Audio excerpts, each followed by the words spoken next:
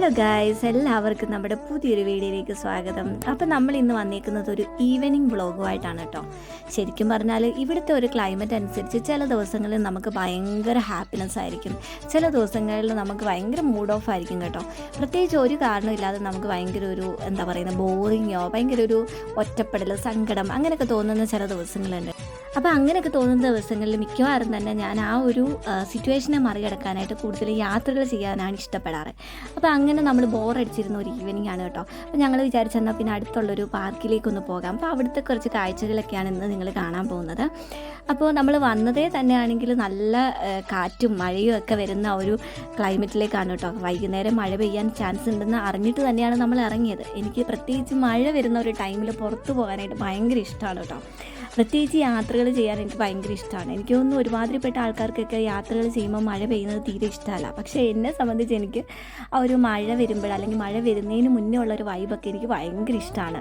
ആ ഒരു വൈബ് ഇഷ്ടമായതുകൊണ്ട് തന്നെ എനിക്ക് അങ്ങനെയുള്ള ഒരു സിറ്റുവേഷനിൽ ഒരു കാരണമില്ലാതെ ഭയങ്കര ഒരു ഹാപ്പിനെസ് അല്ലെങ്കിൽ ഭയങ്കര ഒരു സന്തോഷം ഫീൽ ചെയ്യും കേട്ടോ. അപ്പോൾ എന്തായാലും നമുക്ക് പാർക്കിൽ കുറച്ച് കാഴ്ചകൾ കണ്ടിട്ട് വന്നാലോ. എന്തോ ചേച്ചി വീണോ?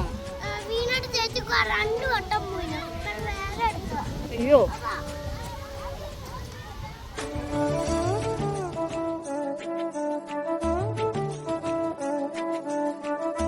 അപ്പം നമ്മൾ ജർമ്മനിയിലുള്ള ഏതൊരു സിറ്റിയിൽ ചെന്നാലും ഇതുപോലുള്ള പബ്ലിക് പാർക്കുകൾ നമുക്ക് ഒരുപാട് കാണാൻ സാധിക്കും കേട്ടോ. ഞങ്ങൾ താമസിക്കുന്ന സ്ഥലത്തായാലും അടുത്തായിട്ട് ഒരുപാട് പാർക്കുകളുണ്ട്. അതിൽ ഒരു അത്യാവശ്യം വലുപ്പമുള്ളൊരു പാർക്കാണിത്.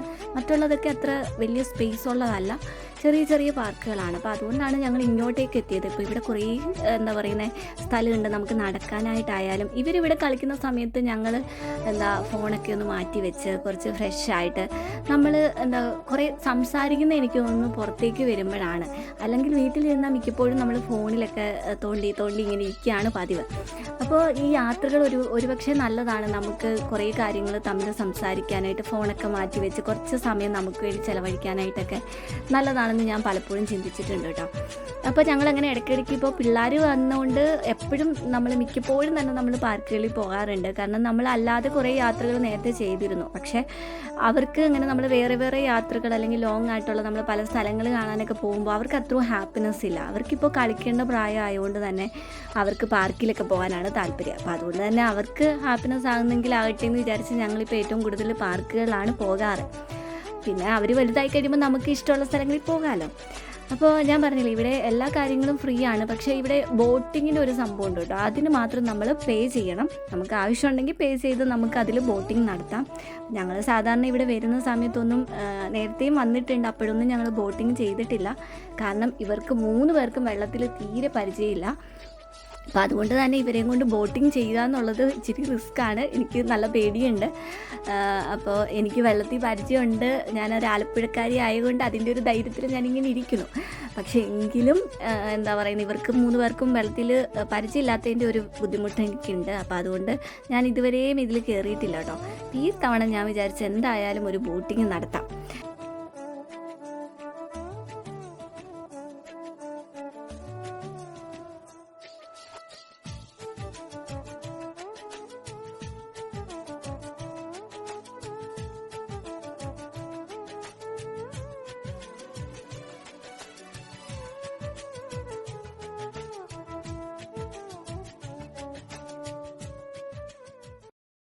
അപ്പോൾ നമ്മൾ ഈ ഒരു ബോട്ടിങ്ങിന് വേണ്ടി പേയ്മെൻറ്റ് കൊടുക്കുന്നത് നമ്മൾ സെലക്ട് ചെയ്യുന്ന ബോട്ടിനനുസരിച്ചാണ് കേട്ടോ. അപ്പോൾ ഞങ്ങൾ സെലക്ട് ചെയ്തത് അത്യാവശ്യം വലിയൊരു ബോട്ടാണ്. 4 പേർക്കല്ല, 4 പേരിൽ കൂടുതൽ ആൾക്കാർക്ക് ഇരിക്കാൻ പറ്റുന്നൊരു ബോട്ടാണ് ഞങ്ങൾ സെലക്ട് ചെയ്തത്. കാരണം എന്ന് വെച്ച് കഴിഞ്ഞാൽ കുഞ്ഞു പിള്ളേരായതുകൊണ്ട് കുറച്ച് കംഫർട്ടബിൾ ആയിട്ട് ഇരിക്കട്ടെ എന്ന് വിചാരിച്ചു. അപ്പോൾ കുറച്ചും കൂടെ അതാണ് നല്ലതെന്ന് എനിക്ക് തോന്നി. അപ്പോൾ അങ്ങനെ ഞങ്ങൾ 13 യൂറോയുടെ ഒരു ബോട്ടാണ് എടുത്തത്. 1/2 മണിക്കൂർ നമുക്കിതിൽ റൈഡ് നടത്താം. 1 മണിക്കൂറൊക്കെ നമുക്ക് നടത്താൻ പറ്റുന്ന റൈഡുകളും ഉണ്ട് കേട്ടോ. അപ്പോൾ അതനുസരിച്ച് നമുക്ക് പേയ്മെൻറ്റ് വ്യത്യാസം ഉണ്ടാവും. എന്തായാലും ഭയങ്കര അടിപൊളി ഒരു യാത്രയായിരുന്നു. പക്ഷേ എനിക്കതിൽ കയറിയതിന് ശേഷം ഞാൻ റിയലൈസ് ചെയ്തൊരു കാര്യമുണ്ട്. ഇതിൽ നമുക്ക് എന്താ പറയുന്നത്, ബോട്ടിൽ ഒരു സേഫ്റ്റി ഇല്ലാത്ത പോലെ എനിക്ക് ഫീൽ ചെയ്തു. കാരണം നമ്മൾ ലൈഫ് ജാക്കറ്റോ കാര്യങ്ങളോ ഒന്നും തന്നെ ഇട്ടിട്ടില്ല. ഇവരെല്ലാവരും തന്നെ വെള്ളത്തിൽ പരിചയമില്ലാത്ത ആൾക്കാരാണ്. ശരിക്കും പറഞ്ഞാൽ ഇതൊക്കെ ഞാൻ റിയലൈസ് ചെയ്യുന്നത് ബോട്ടിനകത്ത് കയറിയതിന് ശേഷമാണ് കേട്ടോ. കാരണം പുറത്ത് നിന്നപ്പോൾ കയറുമ്പോൾ അതിനകത്തിട്ട് എങ്ങനെയും ചാടി കയറുക എന്നുള്ളൊരു മെൻറ്റാലിറ്റി മാത്രമേ ഉണ്ടായിരുന്നുള്ളൂ. കയറി കഴിഞ്ഞാണ് ഞാൻ ആലോചിക്കുന്നത്, ഈശ്വര ഇതിനകത്ത് ലൈഫ് ജാക്കറ്റും കാര്യങ്ങളൊന്നും ഇല്ലല്ലോ, യാതൊരുവിധ സെക്യൂരിറ്റിയും ഇല്ലല്ലോ എന്നുള്ളത് ചിന്തിച്ചത്. പക്ഷേ കുഞ്ഞു പിള്ളേരുമായിട്ടൊക്കെ നമ്മൾ യാത്ര ചെയ്യുമ്പോൾ ലൈഫ് ജാക്കറ്റും കാര്യങ്ങളും ഒക്കെ ഉണ്ടെങ്കിൽ അതും കൂടെ പ്രൊവൈഡ് ചെയ്യുമായിരുന്നെങ്കിൽ നല്ലതായിരുന്നു എന്ന് എനിക്ക് ആ ഒരു ടൈമിൽ തോന്നി കേട്ടോ.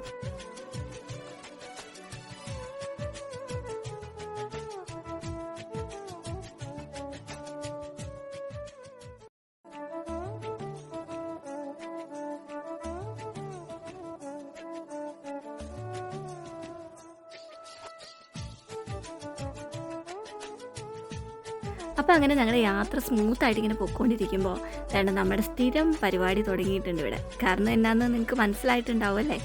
ഫ്രണ്ടിൽ ചേച്ചി അവിടെ അച്ചയുടെ കൂടി ഇരുന്ന് ആ ഒരു ബോട്ട് റൈഡ് ചെയ്യുന്നതിൻ്റെ ബഹളമാണ് ഈ കാണുന്നത്. അപ്പോൾ കശിക്കും അവിടെ ഇരിക്കണം. സത്യം പറഞ്ഞാൽ അവനെ കുറച്ച് നേരം അവിടെ ഇരുത്തിയെങ്കിലും ഞാൻ പെട്ടെന്ന് തന്നെ ഇങ്ങനെ മാറ്റി കിട്ടോ. കാരണം എന്ന് വെച്ച് കഴിഞ്ഞാൽ എനിക്കൊരു പേടി, അവനവിടെ ഇരിക്കുന്നത് ഒട്ടും സെക്യൂർ അല്ല എന്നൊരു തോന്നൽ. കാരണം അവൻ കുഞ്ഞല്ലേ, അങ്ങോട്ടോ ഇങ്ങോട്ടോ മറിഞ്ഞു കഴിഞ്ഞാൽ നമുക്ക് പിടിക്കാനും പറ്റില്ല. അതുകൊണ്ട് തന്നെ ഞാൻ അവനെ അധികം നേരം അവിടെ ഇരുത്തിയില്ല കേട്ടോ. അപ്പോൾ അതിൻ്റെ ബഹളമാണ് ഈ കേൾക്കുന്നത്. പിന്നെ കശിക്ക് ഇത് ഏത് വഴിക്ക് പോയാലും ഉള്ളതാണ്. അപ്പോൾ അങ്ങനെ അവൻ്റെ ബഹളം കാരണം ദേവൂട്ടീനെ നമ്മൾ അവിടുന്ന് മാറ്റി ഇവിടെ കൊണ്ടിരുത്തി. അതാകുമ്പോൾ 2 പേർക്ക് ഇപ്പോൾ സമാധാനമായല്ലോ. അങ്ങനെ എന്തായാലും ഞങ്ങൾ ഒരു 30 മിനിറ്റ് റൈഡിന് പോയതാണ് ഞങ്ങൾ. പക്ഷേ 20 മിനിറ്റ് കൊണ്ട് തന്നെ ഞങ്ങൾ വിചാരിച്ച് ഇനി ഇതേ കിടന്ന് അടിയാകണ്ടെന്ന് വിചാരിച്ച് ഞങ്ങൾ ആ ഒരു ബോട്ട് അടുപ്പിച്ചു. കാരണം ഒന്നാമതേ ഇവർക്ക് വെള്ളത്തിൽ പരിചയമില്ലാത്തതിൻ്റെ ഒരു ടെൻഷനുണ്ട്. അതിൻ്റെ കൂടെ ഇവനിങ്ങനെ വഴക്കുണ്ടാക്കുന്നതും കൂടെ കണ്ടപ്പോൾ ഞങ്ങൾ ഓർത്ത് എന്തായാലും ഒന്ന് നമ്മൾ യാത്ര ചെയ്തല്ലോ, അപ്പോൾ എന്തായാലും നമുക്ക് ഇന്നത്തേക്ക് യാത്ര ഇത്രയും മതി എന്ന് വിചാരിച്ച് ഞങ്ങൾ എന്തായാലും ആ ഒരു യാത്ര അവിടെ അവസാനിപ്പിച്ചു.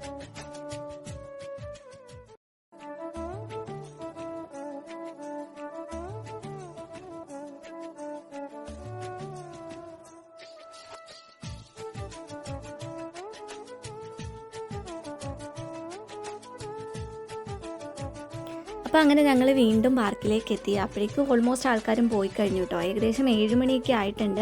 പക്ഷേ നല്ല വെളിച്ചമുണ്ട് കേട്ടോ. ഇവിടെ ഇപ്പോൾ രാത്രിയാകുന്നത് വളരെ ലേറ്റായിട്ടാണ് കേട്ടോ, അതുകൊണ്ടാണ്. അപ്പോൾ അവർ കയറാത്ത കുറച്ച് സാധനങ്ങളൂടെയൊക്കെ ഉണ്ടായിരുന്നു. അപ്പോൾ അതിലൊക്കെ അവർ വീണ്ടും കയറി.